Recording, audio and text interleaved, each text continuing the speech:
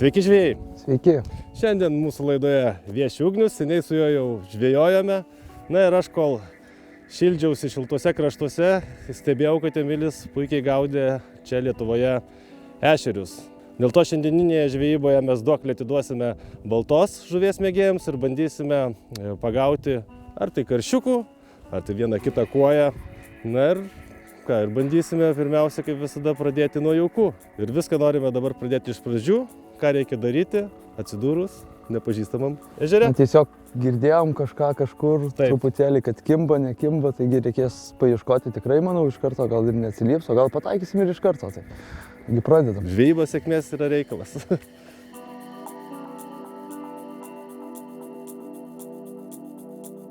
Einam konsultacijos pas vietinį žveją. Pirmą kartą šitame ežere esame, reikia pasiklausti, kur yra gilesnės vietos ir, kaip minėjau, šiandien mūsų taikinys yra balta žuvis. Sako, tai ant to kampo įtvalėm. Daugiausiai. Bet į vakar buvo zavelnė.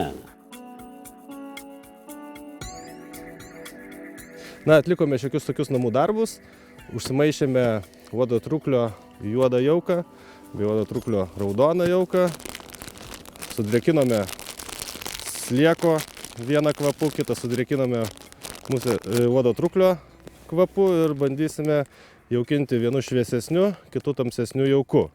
Ir jaukinsime šitoje vietoje, nusprendėme su Ugnium kokias 10 ekečių.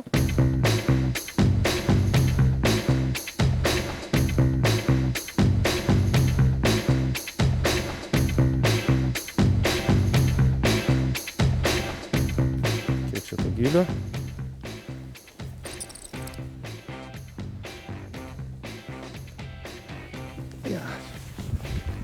Apie 5 metrus. Sukeliame apie metrą nuo dugno ir atidarome šėryklą. Taip jaukas pakimba ir virš dugno ir nusileidžia ant dugno. Tokiu būdu tikrai tas debesys labiau vilioja žuvį negu paguldytas vien ant dugno. Vieną kitą eketę pabandysime pajaukinti miksuotą jauką su uodo truklio lerva, galbūt vieną kitą įdėsime musės lervą. Na ir kaip matote, renkuosi tokią zoną, kur yra neskaidrus ledas, nes žuvis skaidrių ledo plotų nelabai mėgsta, joms reikalinga slėptuvė, dėl to pasirinkimas mano toks.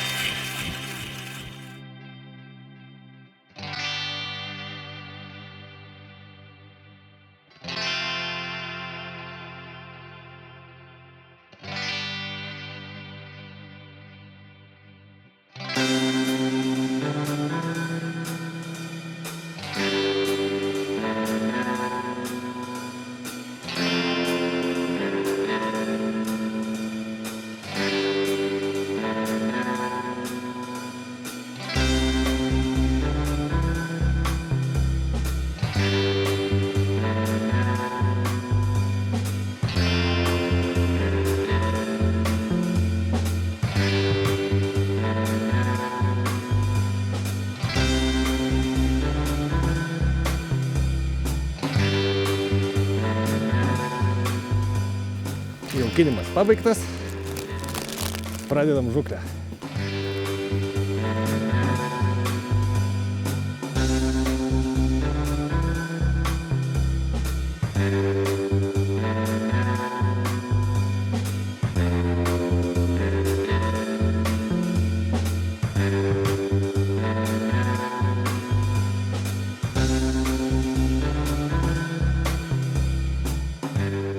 Na, matote, pirminis jaukinimas ir pirminės žuvis, kaip visada, stambios. Nedidelis karšiukas. Nu, tikimės, kad jisai pasikvies kur kas rimtesnių savo gentainių. Šiek tiek pradėjau su netradicinė aviža žūklė. Šiaip mėgstu nežinomuose vandenyse gaudyti, pradėti su šarato formos avižėlė arba su lašo, su gaubliuku. O šiandien eksperimento dėlį įsidėjau tokį vadinamą bananiuką. Pakankamai tikrai didelį ir kuokštą veriu tikrai nemenka uodo truklio lervų, 5-6. Tikiuosi stambesnių egzempliorių, tačiau kol kas į pirminį pajaukinimą sureagavo tik tais ypatingai smulkus karšiukai.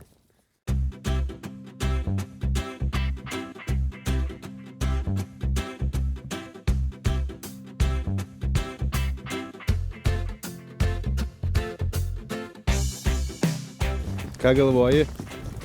Eiti į šią. Eiti iš čia? Tik mažiukai.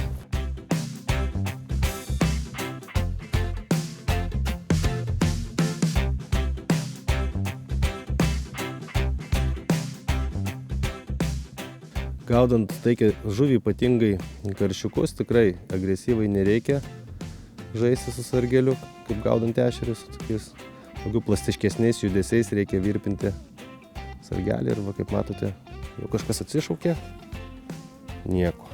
Nu taip, avižos dydis ne pagal karšiukų dydį. Jeigu būtų varžybos, tokių klaidų man treneris neatleistų.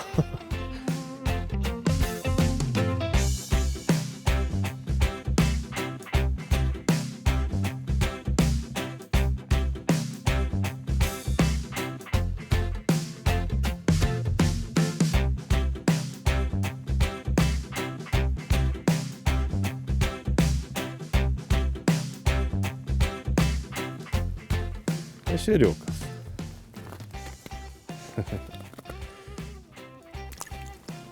Na, čia šita. Eketė buvo jaukinta su uodo truklio lervomis ir matau prisistatė ešeriukai.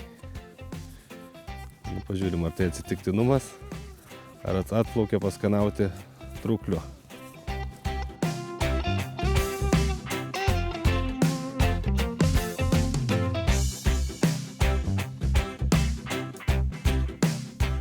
Hopa.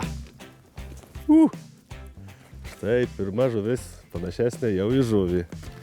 Na ir iš tikrųjų, šita eketė buvo jaukinta uodo truklio mišiniu su tamsiu jauku ir jau bent kažkas tai panašaus į žuvį.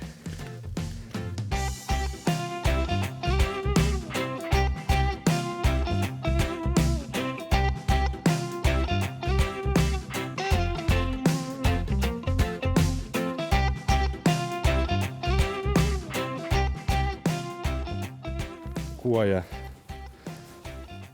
Na, matau, pasmaguriauti tikrai atplaukė jauko įvairi žuvis. Na ir iš tikrųjų susimažinau avižėlę iki mažo šaratuko, kaip matote. Visiškai miniatiūrinis. Ir kur kas rezultatai iškart pradėjo taisytis. Pirmas dalykas, aišku, kad pakertų žuvį. O antras dalykas, žuvis paįvairėjo ir vienas kitas jau šiek tiek stambesnis egzempliorius atplaukė.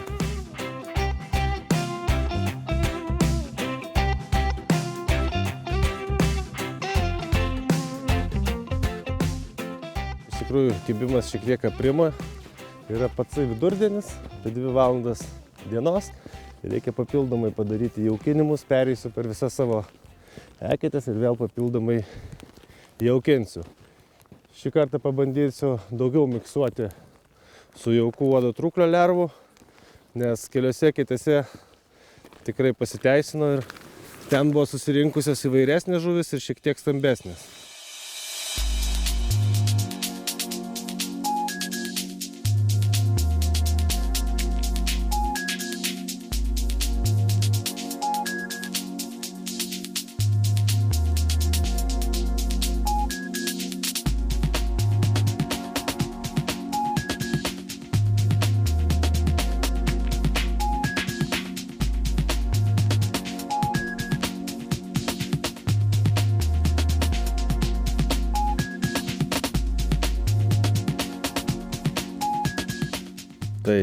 Taigi, yra 2 medalio pusės su uodo truklio lervomis.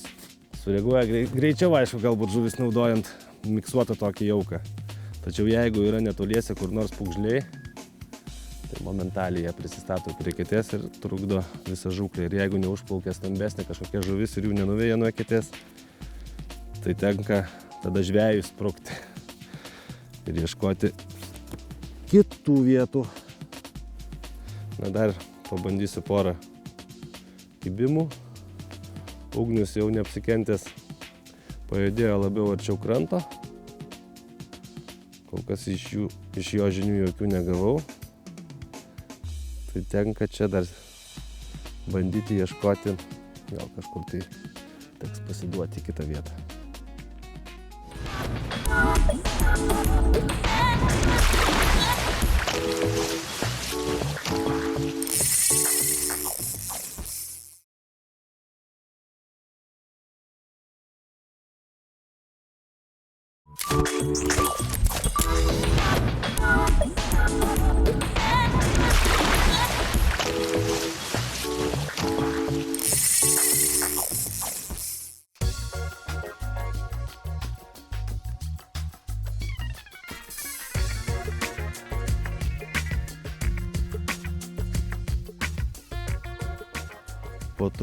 Po truputį prisiprašau aš didesnių, taip galima pavadinti, bet jau panašių į kažkokią tai žuvį. Pagal šiandieninį dydį žuvies, aš skaitau, kad čia yra rimtas jau laimikis. Štai va toks va stambus, plačiašonis, keptuvinis karšis. Keliauja atgal.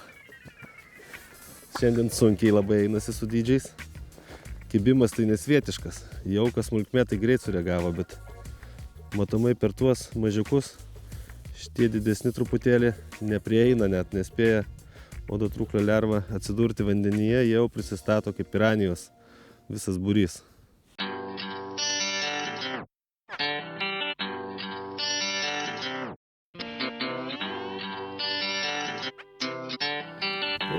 Kažkoks vėl truputėlį didesnis.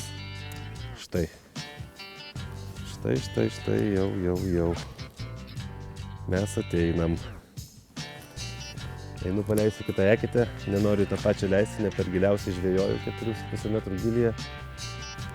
Nes nori išbaidyti ten susirinkusių bent jau tokio dydžio karšiukų.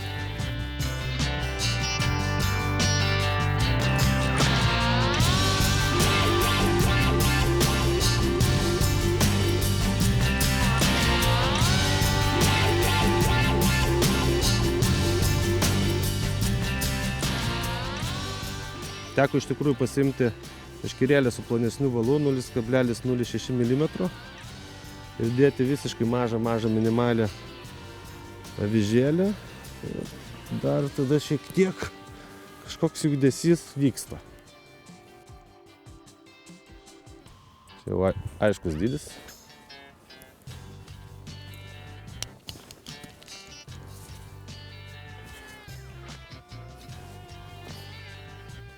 Čia žuvis. Nematau. Ai, žuvis. Kažkas purda.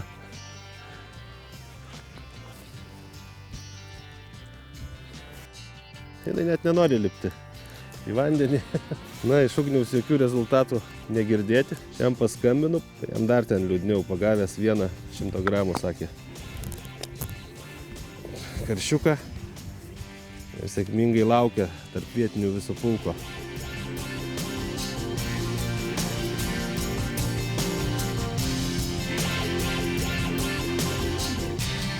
Kažkas truputėlį vėl didesnio. Opa. Na štai, manau, šiandien didžiausias laimikis.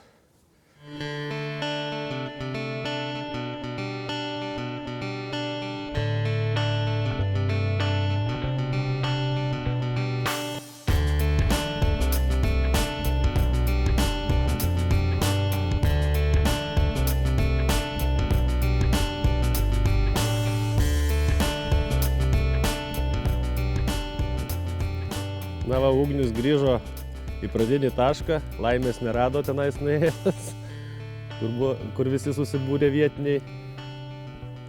Ir keletą šėryklų ir laimikis iš karto. Standartinis karšiukas. Po kol kas. Gal dar rasim ir didesnių. Turėtum Duok Dieve. prisišaukti, manau.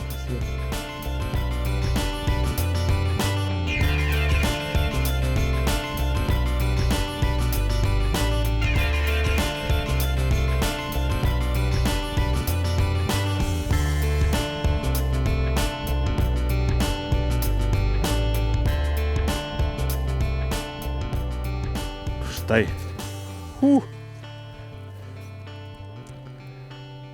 Jau galiu pasakyti, kad čia tikrai puskaršis ir visai nemenkas, kokių mes šiandien ir tikėjomės čia sulaukti.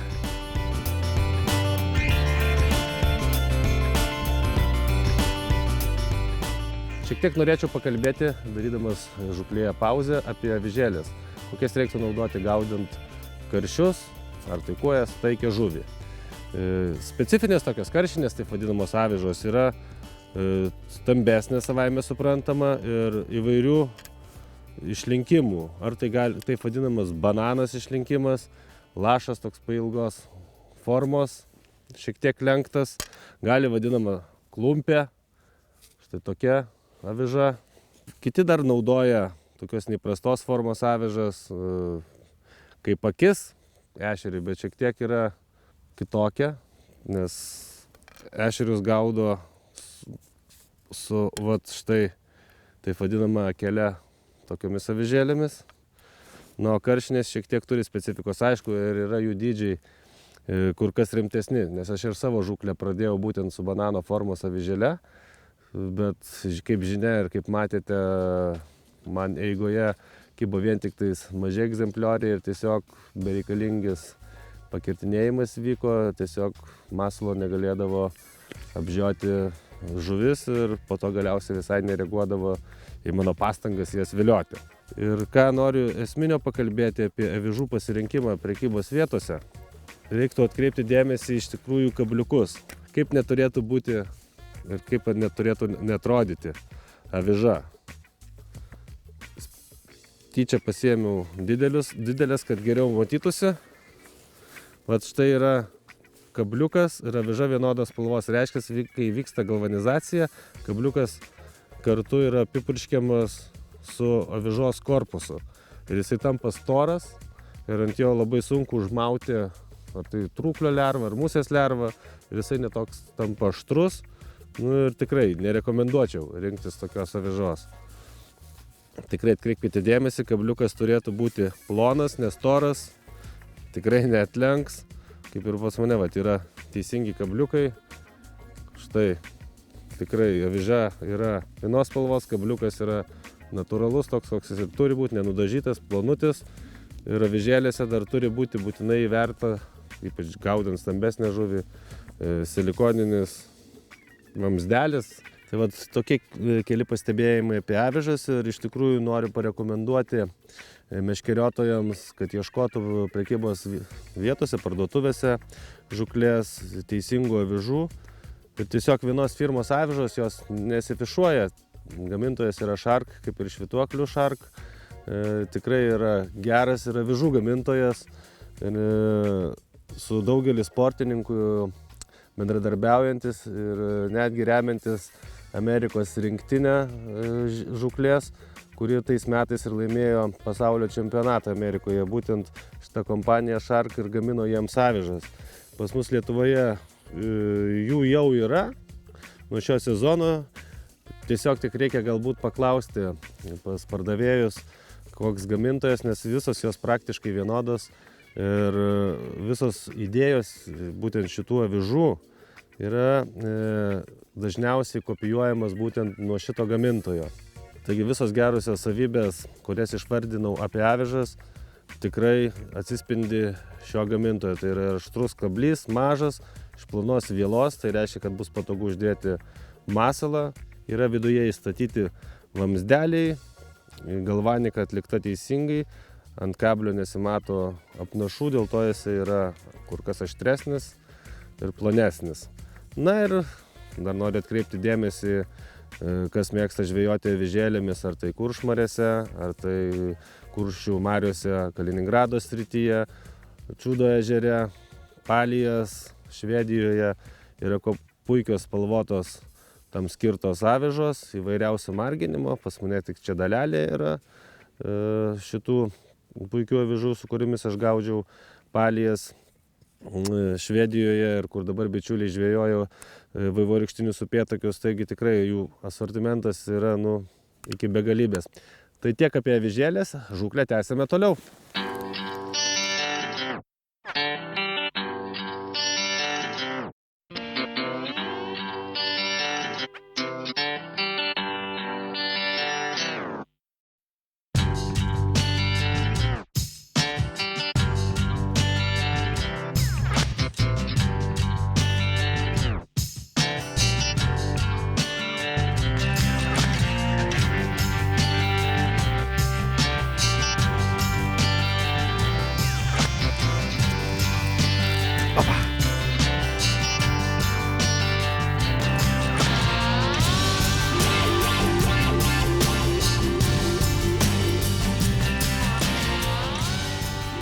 Ir prieš pabaigą labai noriu pranešti tokią svarbę žinią visiems meškeriotojams, kad vasario 22 dieną 10 val.